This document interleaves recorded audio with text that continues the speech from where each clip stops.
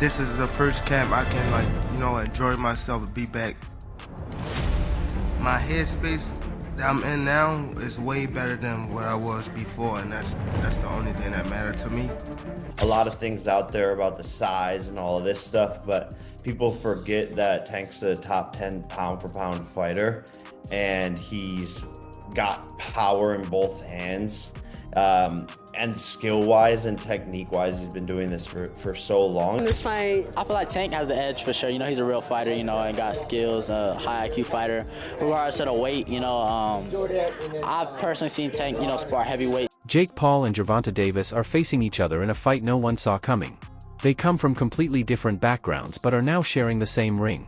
Both want to prove they're the best, and the excitement around this match is huge. It's night and day, right? You have to understand, I went from doing YouTube and Disney Channel to 5 years, once to twice a day, 6 to 7 days a week, training, recovery, taking it more serious than ever. I'm just a different specimen. My body is filled out. I'm going into my athletic prime and going into that, and my body filling out, I just feel amazing and feel super strong. Jake Paul has been very vocal about his training for the GervontaDavis fight. He says he's working hard and has top-level fighters helping him in camp. Jake even bragged about knocking people down during sparring. He mentioned that Shakur will join him this week to help him get ready for the big fight against Tank. Surprisingly, Jake admitted something unusual for him, that Tank is dangerous. Many people doubt Tank because of his smaller size, saying he's too short to handle someone like Jake. But Jake disagrees. He says Tank's power is real in both hands and that he hits extremely hard despite his height. Jake even confessed that he's a little scared to face Tank, which shows the respect he has for Tank's strength and skill. His fear makes it clear that this fight is no joke, it's serious. Going into a fight that I've actually ever been, because I know how good these people are that I'm sparring, and being able to see how good they are and knowing how good Tank is, it's actually going to be my toughest test to date. Yeah, I think, Jake, you could make the argument, right? Pound for pound wise, this guy's the most ferocious dude in the whole sport, couldn't you? For sure. I think he has probably one of the highest knockout percentages. Yeah, 90-something%, right? Exactly. And just his speed, his elusiveness, his ring IQ, his conditioning. He's gone 12 rounds so many different times, something that I've never even done. So he's going to be sharp all the way through. I mean, the list goes on. And so just actually being vulnerable for a second, it's like, this is crazy. This is scary. It's kind of keeping me up at night. Jake, how do you prepare for, like you said, a guy who is shorter than you? How do you find a sparring opponent to replicate something that obviously, there's nobody else out there that's Tank Davis? How do you prepare for a guy that's different stature-wise?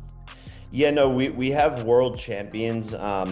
Raymond Ford in the 130-pound weight class. We got Montana Lovin. Shakur Stevenson is coming in this week. So wow. Just sparring against guys on their level and people who have, been doing this their whole entire lives. But we're really focusing on speed. And not as much on power. I'm not doing as much like weightlifting and all of that stuff. I'm actually trying to lose some muscle so that I have less weight and so that my punches are coming off faster. Many fans don't really know the truth about Gervonta "Tank" Davis's journey. Since the start of his career, Tank has sparred with heavyweight fighters, and not just any heavyweights, but skilled and experienced ones who knew what they were doing in the ring. According to analyst Showbiz, Tank didn't just survive those sessions, he dominated them, punishing much bigger opponents. If Tank can handle powerful heavyweights in training, a cruiserweight like Jake Paul won't surprise him. Jake might be bigger, but Tank has already faced tougher and larger challenges before.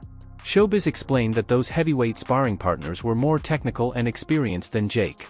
Jake Paul has made big improvements, moving from being an influencer to becoming a serious boxer. But he's still learning and building his fundamentals, while Tank has been fighting top-level talent since his teenage years. If Tank could compete and win against heavier and more skilled fighters, Jake's size advantage might not mean much. As Showbiz put it, this fight isn't a mismatch for Tank, it might actually be Jake who's stepping into dangerous territory. Or bigger people, like from middleweight to heavyweight. And the thing is, don't be surprised, okay? This is a photo. This is a photo of one of the bigger guys that he was sparring.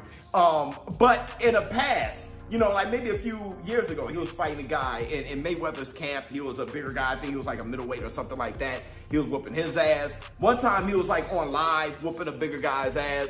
I mean, he's just beating bigger guys like middleweights and stuff. He's done that in sparring forever. Remember this story? I've brought it up a million times and I've showed this clip a million times, but on Ellie Set Back.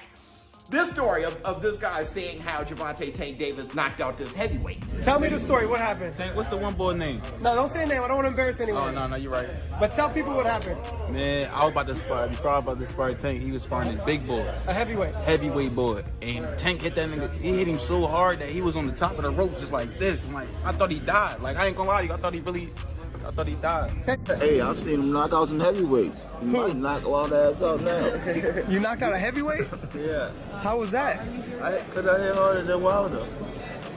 Now, granted, the heavyweights that Gervonta Tank Davis is whooping and sparring is not like, all-time great heavyweights, all right? And it shouldn't be.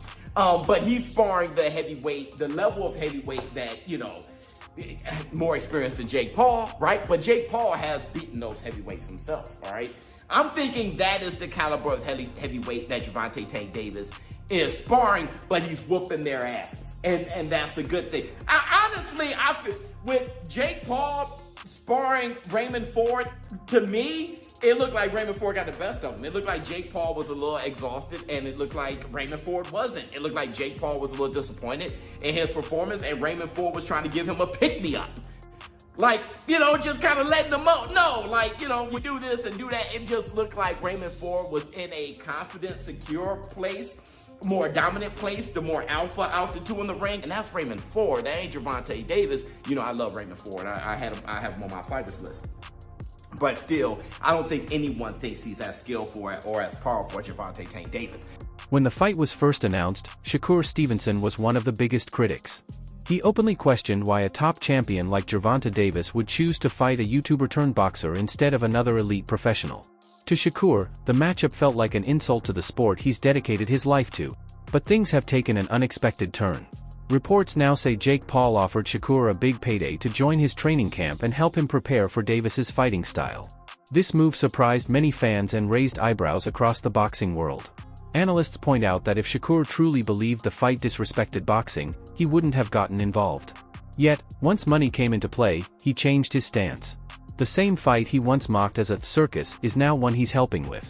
Many see this as proof that in boxing, opinions can change fast when money is on the table. Or had been throwing fits a few weeks ago when Gervonta had announced that he would be fighting Jake Paul in, I believe it's coming up in just about a month, or a little bit less than a month, and that he would not be, at least immediately, he would not be rematching Lamont Roach. So people went all up in arms. Shout out to my guy, Big Dog Willie, who even right now is claiming that Gervonta Davis is going to go try to fight in WWE or something like that when he gets done with Jake Paul. But the truth of the matter is that Gervonta Davis is coming back to boxing. He's always said that he's coming back to boxing. He said he's going to run off, get this bag real quick, and he'll be right back. Well, as you see, the 135-pound WBA, the WBA, where he holds his 135-pound championship, has not stripped him. They said that they were going to look into it if he had not rematched Lamont Roach, but nothing ever really came of that.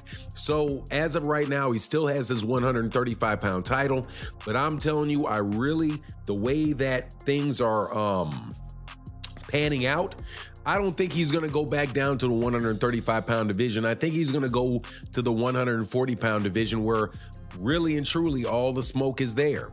Add to it the fact that when he fights Jake Paul, he's going to be fighting Jake Paul at a higher weight than he would necessarily be fighting guys at 135 pounds. You're probably not going to see him drain down for the fight. I don't think he's going to bulk up at all. But usually when guys play with their weight and they go up and allow themselves to fight at a higher weight or fight people at higher weight classes. Offset looks at the fight from a physical point of view. He believes Jake Paul's size and natural strength could actually give him a good chance to win.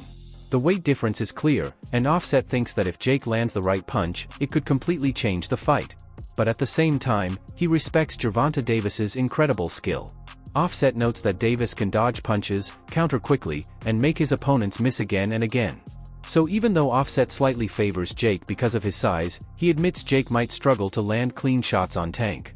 To him, this fight is an exciting battle between size and skill, a big, powerful challenger versus a smart, highly trained champion. Tank versus Jake Paul. I feel like it's gonna be a good fight, you know, entertaining. It's an exhibition, so we're gonna see how serious they really take it. But I don't know, they both getting a lot of money, so you know, congrats to them. What if you had it like, who has the edge in this fight? I feel like Tank has the edge for sure. You know, he's a real fighter, you know, and got skills, high IQ fighter. Regardless of the weight, you know, I've personally seen Tank, you know, spar heavyweights, you know, and even me, I spar heavyweights, you know. So the weight's not really too much, you know, for a lot of great fighters, you know, so I feel like Tank gonna get it for sure. Do you think he kind of be like an advantage because he's like small and like fast? Like someone said that, I'm like, I didn't think about that actually. Yeah, possibly, you know, he gonna see a lot of Jake Paul's punches coming, you know, he can be able to evade them and then set him up for a big counter.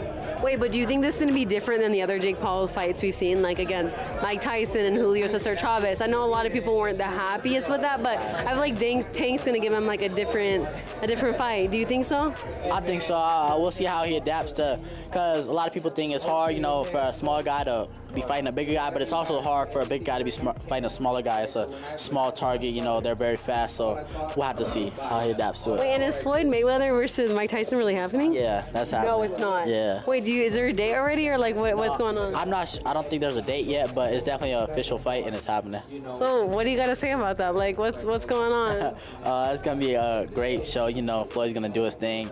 You know, hopefully I'm on the undercard so I can put on a great show as well. No, really? You guys already talked about that? Not yet, no, but we'll have to see. Yeah, for sure. And are you gonna fight again this year? Like, what's next with you, Carmel? I don't know. At the moment, we haven't heard nothing. We're just waiting. You know, staying patient. You know, staying ready. But I should be back at least one more time before the end of the year. Some analysts say that many of the fighters criticizing GervontaDavis aren't really worried about boxing, they're jealous. From the start of his career, Davis has faced envy, and now that he stands to earn a huge payday in one night, that jealousy has only grown.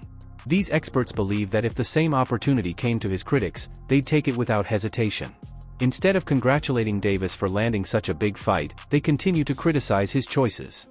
According to the analysts, most of the negativity around Tank comes from people wishing they were in his shoes. A lot of money to help him in camp, some easy money to come spar somebody or whatever, go get your money, right?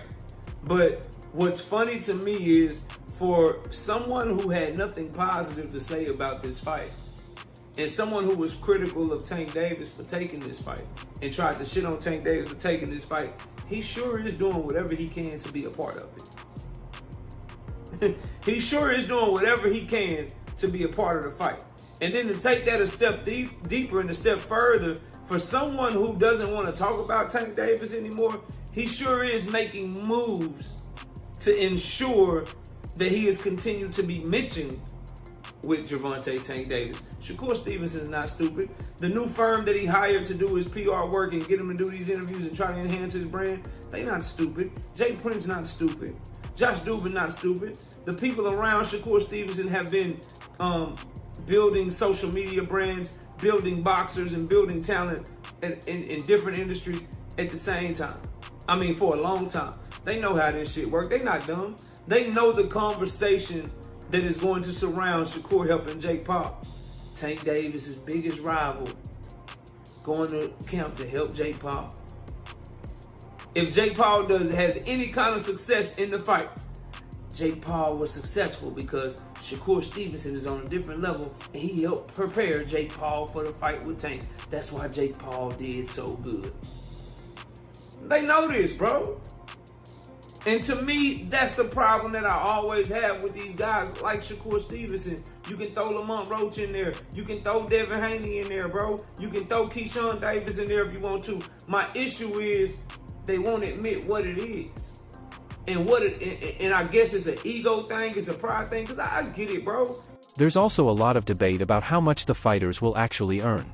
Figures like $20 million or $40 million seem realistic to most analysts. But when some sources claim each fighter could make nearly $200 million, many people in the sport are skeptical.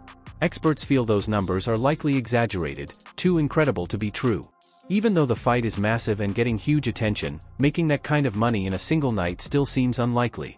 For now, the exact earnings remain unclear, impressive, but uncertain. All for today's video. Stay tuned for more updates next time.